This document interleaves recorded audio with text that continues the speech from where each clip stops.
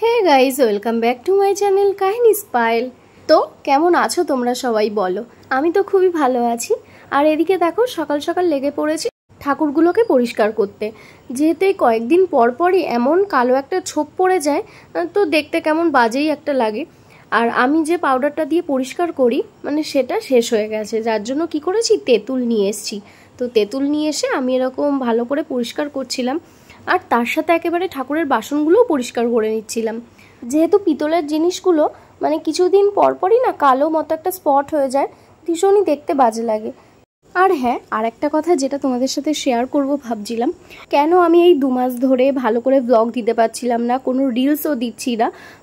তার কারণ হলো কিছু ফালতু মানুষকে এতটাই ইম্পর্টেন্স দিয়ে ফেলেছি আমি, যার জন্য এতটাই মনে ভেবে ফেলেছিলাম, সেই ভাবনাতে এতটাই আটকে গেছিলাম, যার জন্য আমি 2 মাস ধরে কোনো কিছুই দিতে পারছি না।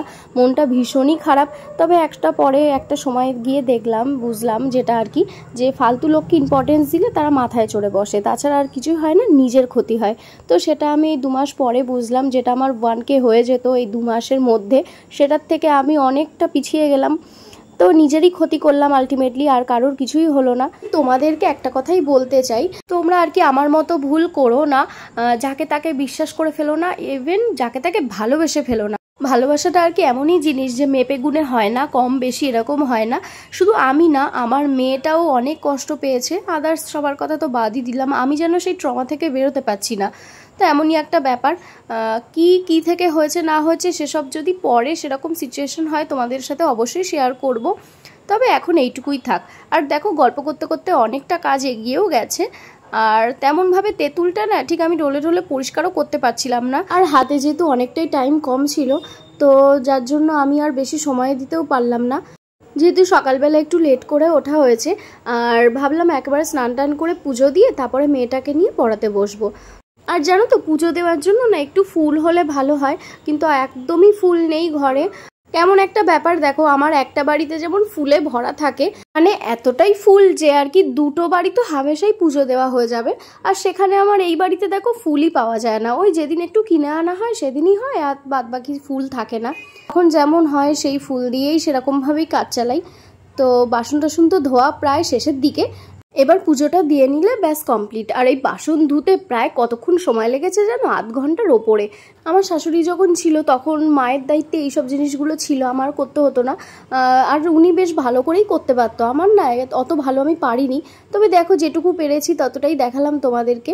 তো চলো, এটুকুই দিলাম। আবার পরের দিন নেক্সট দিন আবার ভালো করে চেষ্টা করব যাতে এই রঙটা আবার উঠে যায়, মানে কালো ছোপটা এখনও অনেকটাই আছে। তো এবার পুজো টুজো দেওয়া কমপ্লিট হয়ে গেল, এবার গেলাম মেয়েটাকে একটু পড়াতে। ওই যে বললাম লেট করে উঠেছি, মেয়েটাকে সকালে পড়তে বসানো হয়নি, তো ভাবলাম একেবারে খাইয়ে দাইয়ে নিয়ে দুপুর নাগাদ বসাবো। তো এখানে অবস্থা দেখো, পড়তে পড়তে প্রায় শুয়েই পড়েছে। তো আমি ভাবলাম থাক, যেভাবে পড়ে পড়ুক, কিন্তু জিনিসটা করুক।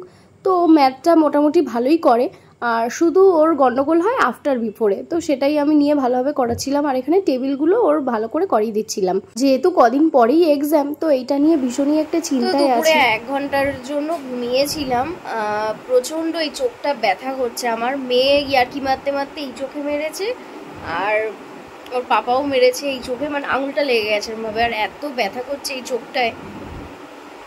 তো যাই হোক, ওইসব করতে করতে মেয়ে অনেকক্ষণ আমার মাথাটা টিপে দিল। তো ও ঘুমিয়ে পড়েছিল, আমিও ঘুমিয়ে পড়েছিলাম। আর তারপরে একটু পড়াতে এলো, পড়ানো হয়ে গেছে। আর এত গরম আমাদের ঘরগুলো, মানে ও পড়াচ্ছে দেখে আমি একটু বাইরে গেছিলাম, এই ঘরে থাকতে পারছি না। পড়াচ্ছে ওর মতো একটু পড়ানোর আলাদা ঘর দিতে হয়, ওখানে থাকলে যে পড়ায় তারও অসুবিধা হয়, যে পড়ে তারও অসুবিধা হয়।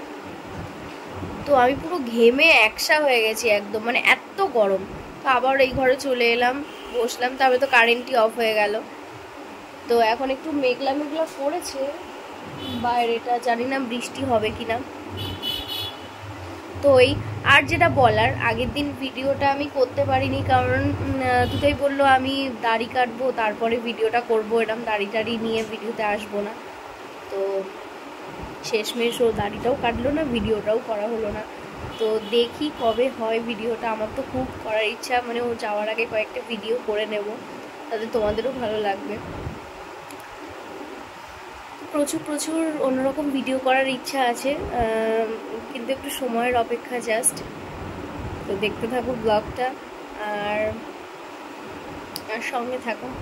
আর সন্ধ্যাবেলায় ওকে একটু নিয়ে বসলাম বাংলা পড়াতে, যেহেতু বাংলায় ভীষণ বিজ্ঞান হয়েছে। আমার মেয়ে অ কথাটা পারে, তবুও মাঝে মাঝে গুলিয়ে ফেলে, যার জন্য বাংলাটা নিয়ে আমার খুবই চিন্তা। কি করবে জানি না, এখনো অবধি তো মোটামুটিভাবে চলছে বাংলাটা, তবে এইবারটার থেকে বাংলাটা নিয়ে আরও এগোতে হবে, যেহেতু অনেকটাই কাঁচা আধিরা বাংলাতে। আর পড়াটা হয়ে যাওয়ার পর তুতায়ের সাথে ছোট্ট একটা প্র্যাঙ্ক করতে গেছিলাম, বাট নিজেই বোকা বনে গেছি। তো আমি চুপি চুপি যাচ্ছিলাম ওকে এইটা দিয়ে মাথায় সুড়সুড়ি দেবো বলে, তো দেখাবো না কি হচ্ছে, ব্যাপারটা অন্য একটা ভাবতে গেছিলাম, কিন্তু ওর দেখি আরামে ও ঘুমিয়েই পড়েছে। তো আমাকে লাস্টে বলছে দাও দাও আরেকটু দাও। তো আমি বেশ অবাকই হয়ে গেলাম, কি করতে এলাম আর কি হয়ে গেল উল্টে। আর তার মধ্যেই একটা গেম খেলে নিয়েছি, কি বলতো, শুধু ওকে দিলে হবে, আমি নিজে নেব না। আর এই আরাম জিনিসটা কে না ভালো বোঝে বলো, একটা বাচ্চাও ভালো বোঝে। তো আমি বললাম যে তোমাকে আমি দিতে পারি, তোমাকে 10 বার দেবো, কিন্তু তুমি আবার আমাকে 10 বার দিয়ে ওটা শোধ করে দেবে। তো মিথ্যে কথা বলবো না, ও আমাকে দেয় মাঝে মাঝে যখন শরীরটা খারাপ হয়ে যায়। তো এ দেখো আমি ওকে 10 বার দিয়েছি গুনে গুনে, আর এদিকে বসেও পড়েছি আবার। তো এটা ছিল নেক্সট ডে, মানে কোন দিন বলো তো, এটা হচ্ছে রেমাল যেদিন হলো তার আগের দিন। তো কেমন রোদ উঠেছিল তোমাদের মনে আছে? তো এখানে দেখো আকাশ ফাটার রোদ, কেউ একটা রাস্তায় কোনো জনপ্রাণী আমি পাইনি, মানে এটা হচ্ছে 10টা সাড়ে 10টার সময় এই রোদটা ছিল। পুরো চারিদিকটা যেন গুম হয়ে রয়েছে, এমন একটা পরিবেশ ছিল। তো তারপরে দেখলাম আবার হঠাৎ করেই কেমন যেন মেঘলা করে এলো পুরো আকাশটায়, মানে আর কি আমি ভাবছিলাম যে একটা ঝড় হবে, কিন্তু কেন বোঝা যাচ্ছে না, সেই গুমোট ভাবটা একদম হয়েছিল। তো চলো এবার ঘরের দিকে যাওয়া যাক, আর যে কাজগুলো আছে সেগুলো তাড়াতাড়ি কমপ্লিট করে নিই। আর এখানে এসেই প্রথমে ফার্স্ট কাজ হলো আমার বেড কভার চেঞ্জ করা। আমার সপ্তাহে 2-3 বার বেড কভার চেঞ্জ করতেই হয়, যেহেতু যাদের বাড়ি বাচ্চা আছে তারা এই জিনিসটার সাথে একমত হবে। এত নোংরা হয়ে যায় বেড কভারগুলো যে চেঞ্জ করতেই হয়। আর আমার মাম্মাম যখন ছোট ছিল তখন তো দিনে মানে রোজই চেঞ্জ করতে হতো বেড কভার। আর আমার একটা ব্যাপার আছে জানো তো, নিত্য নতুন বেড কভার পাততে ভীষণই ভালো লাগে। মানে আমায় যদি কেউ গিফটে বেড কভার দেয় তো আমার মনটা ভীষণই খুশি হয়ে যায়। তো এই হলো ব্যাপার। আর আমার না নিত্য নতুন কালারফুল বেড কভার পাততে ভীষণই ভালো লাগে, যেটা আমি আমার মার কাছ থেকে অনেক বেড কভার বাড়ির থেকে আনি। নিত্য নতুন প্রতিদিন একটা না একটা পাতবো, বেশ ভালো লাগে আমার কাছে। তো চলো অনেক গল্প তো হয়ে গেল, তো আজকের ব্লগটা এইটুকুই থাক। নেক্সট ব্লগে অবশ্যই তোমাদের সাথে দেখা হবে। আর হ্যাঁ, আমি যে এই মাঝে 3-4 দিন কেন ব্লগ দিতে পারিনি সেটা তোমরা আমার নেক্সট ব্লগে জানতে পারবে অবশ্যই। তো তার জন্য অনেকটা সরি, আমারও ভীষণ মন খারাপ ছিল, কিন্তু করার কিছু ছিল না। তো যাই হোক, চলো আজকের মতো টাটা, নেক্সট ব্লগে দেখা হবে অবশ্যই, সাথে থেকো আমার।